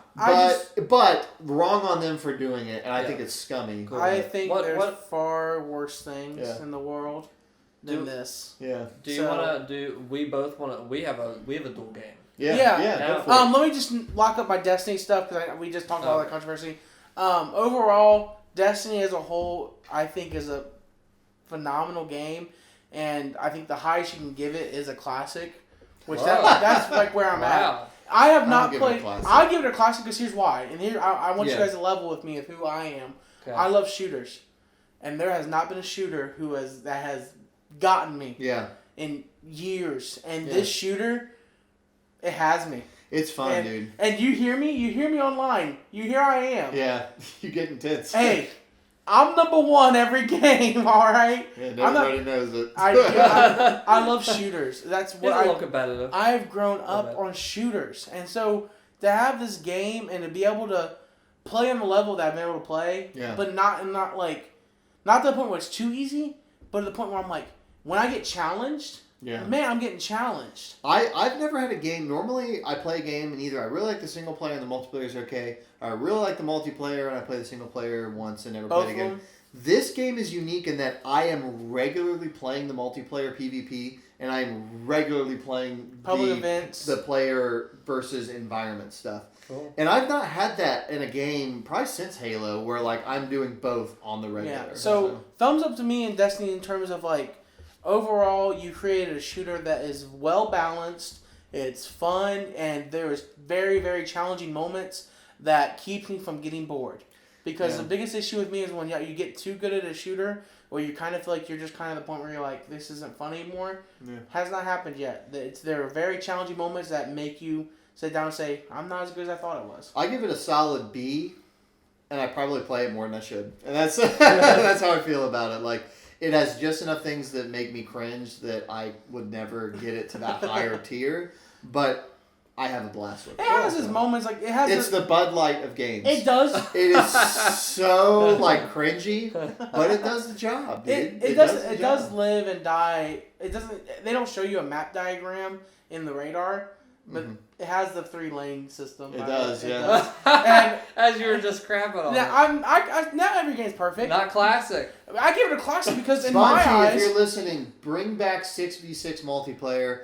You don't have to get rid of 4v4, but bring back 6v6. Bring back ults that charge faster. Bring back the space magic from the first one. Yeah. The first one was chaos when you got into multiplayer. It was absolute chaos. This game is not chaos. It is like strategy. creeping around corners with your friends. I need both. I'm happy with both. I don't want just one or the other. Put back in some 6v6 modes. Keep your 4v4, and I'll be the happiest because then I can bounce around to different things. The reason I give it a classic though is because of what it does for me. I think everyone's different. Like when you say like, hey, for you you can play it because you're not going to play it, but you can play it. Yeah. To me, it's like this game has redefined what it is to play a shooter for me. And that is awesome. It has changed my mind on games as a service. What they do, and they actually keep up with it, and they actually do new things every week. That I see the new Nightfall come out and what the modifiers are, and I immediately text in our group chat with our friends that play Destiny. I say, yo, what are we going to do for this? And we're immediately like, hey, I'm going to do this class. Hey, I think I'm going to use this gun a bit. I think that this will help. Like, to me, like, that has changed my mind to where when I hear games as a service, if it's handled the way Destiny handles it, it's not necessarily monetized-wise, but as far as the way they're putting out things regularly, I'm not as wholly against it as I used to be. But, hey, you're playing with fire because when Destiny 3 comes out, everything you like about the last one will die, and it will spread its wings, and it will enter the new It's game. a beautiful butterfly. So it's a double-edged sword. But. So, me and you, though, on the other hand, got to Super Mario. Well, we all did. I'm playing Mario. Okay, Oh, well, I'm yeah. still playing it. Oh, I but we haven't beat beaten it. Yeah. Okay. Oh, we beat it. We'll keep quiet. I'm like 7 kingdoms in. I mean, you Okay. can. You might I plug your know ears. the core. Do not talk about endgame. I know you could like reference it, but like Oh, the I- end game was so good. I don't know think the we're gonna say core anything. of what the structure is. You're going kingdom to kingdom. You're finding different things Yeah. that they need for the wedding. You're killing their little boss, and you're trying to get to Bowser. Yeah. I just had my first encounter with Bowser, Yeah. where I actually fight him. Yeah. So So I'm probably did. like a third of the way through. I did a little review I threw up on the channel for this, and I freaking loved this game. One of the best of this year. It's gonna, you know what? Spoiler alert for my channel. It's gonna make the top 10 for me. Absolutely, this game, No doubt. did for me what Zelda did with, or Breath of the Wild did for Zelda. Yeah. And reimagining things and doing some fun new things. Yeah, really freaking enjoyed it. You know how you said to you when you were talking about Destiny where after 20, that's when the game begins? Yeah. Kind of feel about that to a little point with Oh wow. Super Mario. So it's pretty meaty. Yes. Yep, there's some Okay. stuff. So, So, and we won't get, I guess. don't we talk can. about anything post Yeah. There's so much I want to talk about. But Yeah. Wow. We'll do it another day. I didn't expect that. That's There's some stuff. Are you still playing it? Yes. I 100%ed it. Oh, you want You did? Yes. How I got many hours everything. did it take you to 100? 50 or 55 Wow. hours. Okay, gotcha. I was thinking You 100%ed it? Wow. Yeah, it took me. Man, you're the legend. You're the OP. I'm Mario. Oh wow, 50 hours. Cool. It's a lot. Yeah, it's big. I'm just so impressed with what Nintendo's able to do when they get a hold of their IP and they just sit down and decide, what are we going to do? What are we going to take this in New new direction? It's when you think they run out of ideas Yeah. that they don't. Yeah, you think you've seen Really? everything. I mean, that's how Breath of the Because Wild I'm was. having fun, but I'm kind of getting to where like, okay, cool. Like I know there's gonna be this type of moon. I know there's gonna be that kind of. So I'm expecting maybe Yeah. something It's crazy to just, happen. it's just. I'm having a fun. I think Well, the I only think thing for me is yeah. I might be diluting the experience because I'm just playing it in bite-sized nuggets. Yeah. I think I need to dive in a little bit more. That I Perhaps. like it a lot. I just like Yeah. it because each I'm really level, enjoying it. you're like, I wonder what I could throw my hat at. Oh, I could do that, and each And you're each like, thing- oh my Each gosh. thing is fun to play. There wasn't a point where I was like, screw this thing. This person Like, sucks. each thing had a funny little thing to it and a helpful little thing to get through the level That's or awesome. whatever. Lots of fun little mini games and challenges. It's just so like so it's much so charm. in depth. It's oozing with charm, like all the Nintendo games There are. has never been when Graphics look great. there's been one Game's song. beautiful. Soundtrack is incredible. There's been one Lost song. Kingdoms Yes. soundtrack. Oh, that's my favorite of the whole Yeah, game. which one's Lost Kingdom? I think I've seen that. I one. think you've 7 things in. I think you've seen it. Oh, I think on At It. Is that the one where you get stuck there? Yes. I just got there. I Okay. just Okay. landed there. So your and I'm ears haven't supposed even to heard it. attack a bird from the bottom, and I don't know how to do it. Yeah, you might not even Okay. have heard the thing there. Yeah, So just yeah, get the them soundtrack's there. Man, there's been like one song I played on repeat Yeah. the whole entire game. That's how good. Yeah. Great soundtrack, great graphics.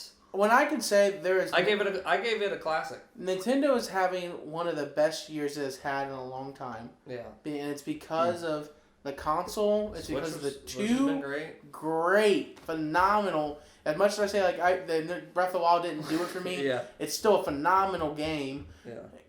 Man, Nintendo, thank you for this year. That's how I'm you launch a excited. console. I'm excited Yeah. for next year, and Mario is the perfect way to end Yeah. 2017. Yeah. I'm really curious how they're gonna do 2018. I want a new Star Fox. I don't know. Like Star Fox Good luck. Adventures, like that kind of game. You guys play that on GameCube? Anybody? No. Star Fox Adventures? No. Not this Is week. that the one where Star Fox ran around with the staff? Yeah, it's awesome. Can I talk about a game that I was playing, but I'm absolutely not playing now? Yeah. What? I usually never ever do this. I'm someone that if You I really start finish something, I will finish it to the end. I will see the credits freaking roll. Even if I'm not having that great of a time, I will usually finish a game. Not so with this game. Secret of Mana. Now, some people are going to punch the screen as hard as they can at this point. I talked to game's great. my friend for my I was talking with him because he's big into that's one of his favorite games. Yeah. Secret of Mana. And I told him I was starting it, and then 3 hours later I was telling him I was quitting it. This came out originally on Super Famicom, Super NES, and it's an action RPG. Oh, I thought it was turn-based. Yeah, it's action RPG, but you have to like wait for a bar to fill up or whatever before you can do like full damage. So I'm playing this game, and at first I'm like, what am I doing here? Okay, mana. Okay, this character can hold up swords and mana. I'm not really following that. And then I'm starting to see like some of the same models for the NPC are starting to pop up a lot. Like some of the same ones, they're just copy paste. Yeah, they're copy pasting, and that happens in all games. But like, there's enough variety But this one is like, is this the same character? Like, what is going on? And I'm playing this, and the battle system is not good. Oh no! You're hitting there, and the characters are moving around to the point where I'm playing it on the emulator. I was just holding fast forward and hitting A lot and just sitting there. And I was like, this isn't fun. At all. The alternative is to chase these things around, hit, and then like wait a little bit to hit the full thing. Oh no. And it's kind of slow to do that. And I got to a certain point where the bosses were like killing me easy. I wasn't having fun playing. And I was like, this is kind of dated. So I remember reading recently that this game hasn't aged well, and I was like, I'm feeling that now. But I wanted to read, like, should I continue with this game? And I find an article that talks about, like, I just put in, like, late to the party, or has this game aged well, whatever. And this guy had wrote this thing that, like, when this game was coming out, they didn't have the funding really to do it, and they had to cut out a lot of stuff. They cut out about 40% of the story content. And I'm like, 40% is pretty close to half. Pretty close to half the freaking game. Yeah. And apparently, as the game goes on and it gets to about that halfway point, it just starts to be copy paste of dungeon and stuff. And at that point, I went, "I'm out. I'm gonzo." Like, you quit a game. So I quit the game. One less game to worry about. Yep. And talking with my friend, he was like, "Hey, I get it. I still love this game," and I think that was a game that, like, if I would have played that at the time, there's games I have in my childhood. Croc, I love Croc. I think Croc's a bad game. Yeah. Croc's a turd game, but it brings back nostalgia to me. It brings back to me. I think that's to a lot of people, Secret of Mana, but maybe don't revisit it. I think it's time for you to pick up Earthbound. Maybe so. It's nice to know there's one less game to worry about. Yeah. So, but they're remaking that, and some people are kind of like even split on that, graphics wise, but we'll see with that. And I just want to finish up with my last thing. Your unending quest. I have finally beat and completed completely Witcher 3. You beat me. I can't believe this. I was 2.5 games ahead. I had a 2.5 game head start. I was halfway through The Witcher 3 when you started the series, and you have lapped me. Yeah. Wow.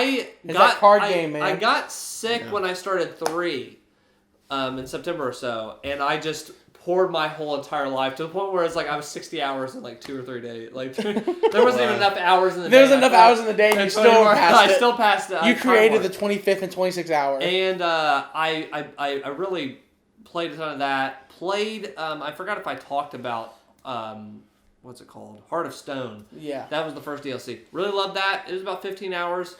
Really cool. Felt like a prolonged side quest. Okay, and it was very cool. Then I jumped into Blood and Wine recently this month, and how long was awesome. That can be like 35 to 50 hours. That's its own like game. It feels like it. I remember that won like Game of the Year for some outlets. Yeah, like they legitimately. And it's worth it because how can a game make a DLC that long? Has its own little like world thing. How much was it? The DLC. I paid $25 for everything. It's a steal. The game's right a now steal. with discounts and stuff. Bro, they sell those games for nothing. So I played 100. That's my most played game on Steam right now. Is Witcher 3. Sounds like you have 250 hours of content. There is the story in this is like legit like, oh shoot, like there are parts like, oh go down, like boy. something's going down. So many things come to a head that it's fun. The world that they build in this new place or whatever is so cool. Cannot recommend enough. I feel like I've robbed the developers by getting it for $25. That's what you had asked. You were like, "Is this worth it?" I was like, "I think so." It is one of the best games I've ever played. One of the best DLCs I've ever freaking played. That is Blood in the Wild. I am glad you experienced that. Do you think that would retroactively win your Game of the Year over Phantom Pain? No. No. No, I think Phantom Pain would still be above that, but man, extremely close second. That would Phantom be Pain's gameplay is just but I will say Witcher is honestly one of the best games I've ever played. Yeah. It is a classic, and I hold those two very close. I mean, I was just curious because extremely close. Yeah, that's cool. That's it for me. That's all the stuff I played. You got a couple that's of really cool. I want to catch up on Witcher 3. But I have kicked it into Overdrive. Out of nowhere. 52 games in a year. If you guys remember earlier this year, I was playing like Puyo Tetris. I was kind of like, I've always loved games, but I was kind of going through a little bit of a period where I was like, I'm just gonna kind of play this and that. This month, I woke up from cryogenic sleep and was like, oh, this is the year of games, and I need to get caught up. So, Destiny 2 this month. I bought it and beat it. Talked about that already. Woohoo! Prey. Bought it and beat it. So, woohoo! I'm here to report to you guys, Prey. Breaking news. We're going to Travis McCoy on the field. Play it if you want to. Play it if you want to. Here's the thing about Prey. Prey is you can play it. Here's the thing about Prey. It is frustrating how good that game could be. Yeah. Everything's in place. They did all of the hard work. They built an awesome space station that's all interconnected. They made all these awesome different skills paths that you can take. And I legitimately feel like no matter what you pick, you could complete a lot of the missions. Whether you get a hacking ability. I did a lot of hacking. Whether you get to pick things up and throw them, or you turn into a thing that can shimmy through a thing. So many awesome things are in place. The awesome atmosphere, awesome music and soundtrack, awesome creature design visually, okay? Yeah. So many great things. Awful story. One of the worst stories. They put so much time into this crappy story. Yeah. I can just tell that they had meetings and they had writers and every computer terminal you open up has emails. There's hundreds of these computers with hundreds of emails that all try to inform the story, and it all falls flat because the tone is just. So I don't read my emails. The tone is just so. Yeah, I felt like I was at work trying to read these people's emails, and everybody is either a quippy, try to be a cool scientist person that has a funny sense of humor and writes in all caps and talks about D&D. And it's just not believable, or it's really bleak, take the patient here and take off their head and put the thing in there, experimental stuff. Yeah. It just falls flat story-wise. It falls flat. That coupled with the game feels like horse crap to play. Wow. I didn't like it when I played. The gameplay is it's not demo. It's not that it's janky. It is janky. It just feels like they needed to do another Passover on the way the game feels. We talked about what do you do if you put a game together and you spend all these years and then you play it and you realize it's not fun. Yeah. I think that they must have had conversations about that because the guns are just the pistol is just it's like a pea shooter. It feels like it does nothing. The shotgun feels like it's goofy, and so I liked parts of Prey a lot, and there were parts of it. I found myself, I would sit down and play it and hate 2 hours. I'd leave. I'd come back. I'd play 2 hours and love it. And then I'd leave. And I'd come back and I'd play a couple. So I've said enough about Prey. And honestly, that's all that needs to be said. You can play it if it looks interesting to you. Just don't expect a great story and be open to having crappy gameplay. So that's Prey. Sounds like you should. I bought that game hoping it would make my Game of the Year list in some sort, whether I do a top 5 or a top 6. Yeah. I don't think it deserves me anywhere near it. Yeah. So that's how I feel about Prey. Waste of money. We talked about our Odyssey. I'm really liking Odyssey. I want to spend more time with it. Horizon Zero Dawn. This is a weird one. I borrowed that from somebody. Somebody was like, hey, I want you to play this game. You had a a funny path you know what? with this game. I've had a goofy path so far, and I'm not really sure it's going to end up. I got this game from this guy, and I had a Saturday free, and I put it on, put my headphones on, and I was lost in that game for 7 hours. I played the first 7 hours of Horizon, it like no breaks, just full on. Like, this game is amazing, awesome. I really do like the story. Awesome story, awesome visually world, fun combat, cool creatures, the whole 9 yards. Okay. The best way to describe it, though, is it basically doesn't do a whole lot original with its open world, but it is like it's like the game that learned from everything else. Like, it learned from The Witcher 3 as far as how to do the map and how to set up your quests. It learned from Breath of the Wild as far as how to unlock more of the map and how to see more. It unlocks some like stealth kind of feel from Metal Gear Solid 5. It does a lot of the things I like about those 3 games, but it doesn't drive any one of them home the way those 3, which is fine. You know what I mean? Like, there's nothing wrong with that because the story is really good and I'm into it.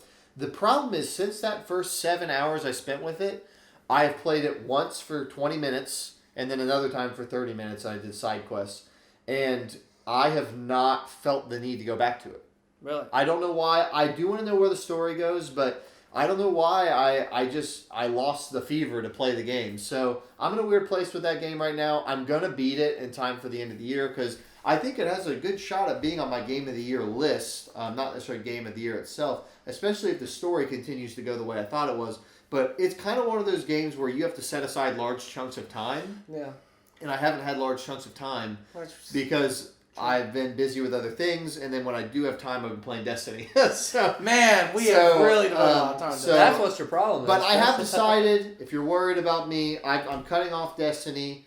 I've beaten most. I No, was I'm going to worried still about you. play it. I'm worried. But the things... He's worried. I'm hitting the panic The button. big things that I wanted to get done with that game, I've gotten done, except for the raid. I still need to do the raid. We're going to do the raid. Wow, betrayal. But Top 10 outside of the anime raid, betrayals. I'm trying to play... So, keep you posted on Horizon. I really like the game, but to me, it's a really, really, really good game that I don't know yet if it's great. I thought we had kind of something a thing. good going. And then last but not Just least, ignore me now. I got a huge haul of games for Black Friday, but the one that I started is Wolfenstein 2. This game is weird to me because I always just thought of Wolfenstein as like Doom. Like, Yeah. dumb shooter where it's like really fun to play, no story. Okay, I didn't play the New Order, which was the game before this one. But this game came out, and everybody I was listening to was saying, this game goes crazy places. Is everything I was hearing is this game does crazy things with its story and its characters. The characters are amazing. There are people saying that the guy that is the main actor in the game deserves to be Best Actor for the Game Awards. Yeah. So it was getting a lot of hype about its story that caught me weird. So I decided I wanted to jump on this game, so I watched the cutscenes for the New Order for the last game. All right, so you beat that. I've done that. And actually, they're pretty good. Like, I thought the story was pretty engaging, and I dove in with Wolfenstein 2. Wolfenstein 2 so far is really weird because I am all in on the story. I think it's really interesting. I like the team that they've built. I like who's involved. They do shocking things. I can only really compare it to Tarantino. It almost has like a Tarantino tone where like it will be like goofy and funny, and then like there will be something very gratuitous, like and like but like they earn it, like it's earned, but it's like, whoa, this just took a weird turn. And then it goes like weird and someone's tripping out on LSD, and then it goes back to like really genuinely funny and clever writing, back to something gratuitous, cool action set piece. Like, it blends tones really well. The problem with the game right now is visually as a shooter, if you watch someone play it, it would look like it's really fun. It's just not that fun. Yeah, like, I was watching it and I was like, man, that moves really well. it And looks it's like, really good, but there are things like when you're getting shot, in most games, like your screen will turn red or there's like a sound that plays when you're getting hit. This game just doesn't have that. You just like will just die all of a sudden. Like, and there are 6 difficulty levels, and I'm playing on the second one, the second easiest, and I die instantly. If I get out in the open, I die immediately. Like, somebody just came up and punched me. I hadn't even been shot yet, and I died. Like, immediately. So, and I've read online, the game is cripplingly, like, people say it is way harder than it should be. Like, Easy is the way to play it. but the problem is that second level, I die instantly to anything, but the level below that, like, I will get just assaulted completely, and I'll lose 1 point of health. So it's kind of a game where there's not a good difficulty setting. Wow. So I really want to know what 6 is like. So to me, like Yeah, if you die in one hit too. You literally jump if and you you look die. at an enemy and they see you like pay. So to me, it's kind of a mixed bag, but the story is really awesome so far. I still have hope for the game. I'm keeping it on that second difficulty. I'm trying to sneak my way through a little bit more instead of directly engaging. So Wolfenstein 2, I still have some high hopes for it because I hear this story goes insane places, and I like what I'm already playing. So, Nice. That's that. Cool. Destiny 2, I am heartbroken to hear my... No, I'm still in the game. You basically are saying we need a break. I need to curb my time with it a little bit, or else I will have nothing for Game of the Year. It's not you, it's him. I thought it was... I will have nothing for Game of the Year if I don't play something else. I just feel... I know how I feel about Destiny. I know where that game stands for Is it Game of because the I Year. passed you in power level? That's part of it. I don't understand. I play more than you. He put more hours to do it, and I'm still passing. There's If always I more. don't stop playing Destiny, I will have a 2-game Game of the Year list. Like, I have to But keep Destiny's going. the best. I'm just kidding. Go ahead. So it's fine. Super Mario Odyssey, we talked about that one. The only one in the game, and FUEA, but I'm playing FIFA 18. Oh, back to bad You're news. playing FIFA. I did. It was on sale. That's the ground zero of I where love all this FIFA. stuff started. And Kojima can't make a good pro soccer game, so it's like Dude, you're patient zero of these microtransactions. I'm not How do spending you like money on them. FIFA? I got it for sale, so it's fine. I get to play FIFA again. That's fine. I always get FIFA on sale every year because I love soccer, but I'm not a passionate fan to be like day one buy. Yeah. But I'll play FIFA. I'll play the crap out of it once See, it goes on if sale. you lived in Europe, you would buy FIFA day one, and you would buy Madden like halfway through. I don't even know. Well, London people with it. I still play a Madden franchise. It's just like I hate EA, man. You hate them, but you love them. When we do our podcast, Can't live with them. Can't live with them Or with them. at all. Well, thank you. Thank you, guys. Round of applause. Hey, pat yourself on the back. Pat yourself. You made it this far. How do you like it so far? It's So not how over about yet. we toss you some nuggets? Yes, this is the Last month it was candy. These are our table scraps. we call this the nuggets portion. Hey, or hold on, you- stop. At this point in the video, in order for you to continue to get these nuggets, we need at least $1. You go to PayPal. There's your $1, so you get one nugget for free. Okay. It's the reviewer nugget. They like to call Oh it. my god. Just type nugget in the text box. Thanks. We got some announcements. First off, Dweebo Twitter. Tweet. I'm on Twitter. @ symbol right here on the bottom of the screen. DweeBoYT. Updates on if we're doing some streams, if we're doing game streams. Podcast, anything we're doing. Yeah, when a new podcast comes up, boom, you'll be the first to know. So check that out. Next up, American Wasteland stream should be coming Sunday, or I could be lying. Wow, you're already to American Wasteland. Wow. Yeah. We talked about this last month. Yeah. Still and waiting on the stream. yeah. You've been busy though. I've been busy. Big EA. stuff. You're gonna beat American Wasteland or just play I something? think he's playing a I'm snippet. just playing a little bit of it. But So I'll be that playing game, that. I love that game. So you have. I'm So excited. that'll be next, and then I gotta freaking figure out how to do Project 8 and Proving Ground because I don't even own Proving Ground, and I don't have my 360 hooked up to play Project 8. So that is going to be a stream on its own. Like I'm gonna stream myself. Just figuring it come out. when you do Tony Hawk Pro Skater 5. Yeah, that'll be. I'm coming to that. I'm game for American Wasteland because I've never played. I want to go to that one. I'll play That's the American one I want to Wasteland. go to. Okay. Like, Okay. you gotta tell me. We'll hook up to play that one. The problem with Project 8 is you can't emulate it or Proving Ground because I looked on YouTube. What's the progress with this? And I was seeing like the walls start blinking invisible and stuff. I was like, I have to get that legit copy. So that'll be this Sunday, I think, around at 2:30. But I could be lying. Check Twitter. Game Awards and PSX. Yes, we'll be doing reactions. Last year, Jeff Keighley almost married Off Kojima. The chain. That was when Kojima said no more of having us on his Kojima team. Hey, I'm hearing rumblings. I'm hearing maybe some Death Stranding. That would be cool.